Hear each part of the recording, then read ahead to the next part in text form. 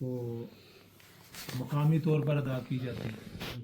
اس کے لیے سفر کرنا پڑتا ہے۔ اور نبی پاک نے فرمایا السفر سکرون، سفر جو ہے نا یہ تنگی کا انعام، چاہے جس طرح کا بھی ہو۔ ہم پہلے سمجھتے تھے کہ جہاز کا سفر، جب تک ہم جہاز پر نہیں بیٹھے تھے ہم کہتے تھے کہ بھائی آدمی وہ جہازوں میں جا رہا ہے، تو ہمیں اب پتہ چلا کہ جہاز تو سب سے مشکل سفر ہے۔ کہتے یا اللہ اس پر نہ بیٹھتے تو اچھا تھا، اور اگر جتنا لمبا ہو اور مصیبت۔ ہمارے محلے سے کوئی وہ خواتین گئی ہوئی تھی جاپان، وہ کہتی 12 گھنٹے کا سفر نان اسٹاپ، یہاں سے اڑا، تو ہم کہتے ہیں 5-6 گھنٹے سفر کرنا بڑا مشکل ہے، اور 12-14 گھنٹے اور وہاں جو ہے جہاز کے اندر بیٹھنا۔ تو فرمایا السفر سفر، یہ آپ نے اس وقت شاید فرمایا تھا جب مکہ اور مدینہ سے کتنے دن لگ جاتے، نہ راستے میں سایہ، نہ پانی، ہاں جی، نہ کوئی سہولت۔ ابھی بھی اس طرح ہی ہے ماشاء اللہ، انہوں نے سہولتیں ابھی بھی مکہ اور مدینہ کے درمیان کچھ بھی نہیں ہوئی، تو لیکن سفر جو ہے وہ سفر ہی ہوتا ہے، بڑا مشکل ہوتا ہے، اس کے اندر بڑی تکالیف اٹھانی پڑتی۔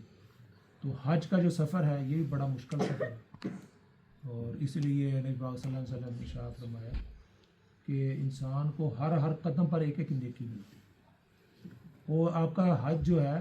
وہ جب آپ گھر سے نکلیں گے نا، ابھی آپ نے احرام نہیں باندھا، لیکن آپ گھر سے جب نکلیں گے آپ کا حج شروع ہو گیا، آپ اپنے آپ کو حج کے لیے سمجھے کہ ظاہر بات ہے آپ حج کے لیے جا رہے ہیں، اور تو کوئی سفر نہیں، کیونکہ اگر کسی اور کی نیت کریں گے تو پھر آپ کو ثواب بھی نہیں ملے گا۔ تو آپ نے یہ نیت کرنی کہ میں، اور سب سے پہلی جو بات ہے وہ نیت ہے، نیت یہ کرنی کہ میں حج کے لیے اللہ کے گھر جا رہا ہوں، اور کوئی اور میری نیت نہیں ہے، کوئی شہرت ریاکار اگر ہو بھی تو زبان سے بول کرنا یہ کہنا چاہیے یا اللہ میری اور کوئی نیت نہیں، اگر ہو تو یا اللہ معاف فرما دو اور میری نیت کو درست کر دو۔ زبان سے بھی کہیں، خود کہہ کر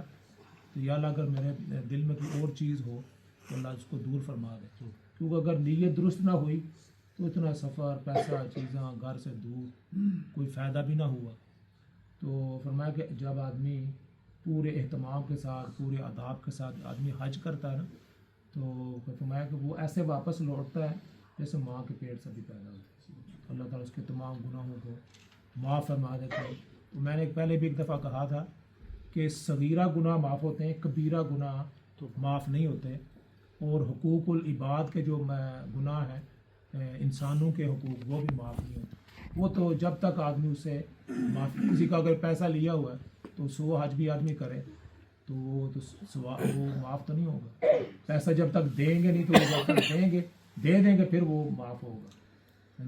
تو جب تک نہیں دیں گے تو پھر وہ تو آپ کے ذمہ ہی ہے، وہ قیامت کے روز بھی دینا پڑے گا، وہاں بھی حساب دیں۔ تو اگر کوئی کسی کے ذمہ ہے، اچھا سب سے پہلے تو بات یہ ہوگی نیت درست کر لیں۔ دوسرا ہے کہ یہاں سے توبہ استغفار کر کے جائیں، ہر قسم کے گناہوں سے، یا اللہ جو پچھلے مجھ سے گناہ ہو یا تو معاف فرما دے، اور جو آپ کے ذمہ کسی کا قرض ہے اس کو ادا کر دیں۔ یہ سفر جو ہے نا، یہ سمجھو کہ آپ نے، یہ آخرت کا سفر ہے، اس کو علماء نے آخرت کے ساتھ تشبیہ دی ہے کہ جب آدمی آخرت کا سفر کرتا ہے نا، اس وقت 2 ہی چادریں ہوتی ہیں، سفید 2 چادریں،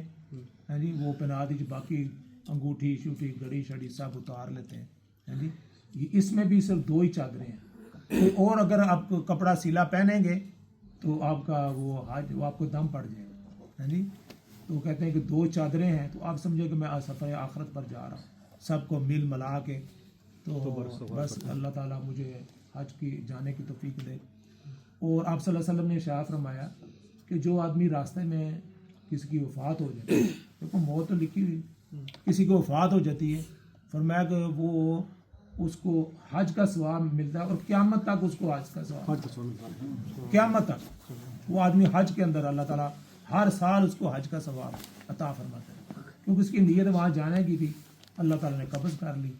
تو اب اس کو حج کا ثواب ملتا ہے، اور ہر قدم پر اس کو ایک نیکی ملے گی۔ آپ صلی اللہ علیہ وسلم کا ایک حدیث بھی ہے کہ جب آدمی، جو آدمی گدھے پر جاتا ہے نا، تو اس کو فرشتے جو ہے نا وہ سلام کرتے ہیں، السلام علیکم۔ جو آدمی پیدل جاتا ہے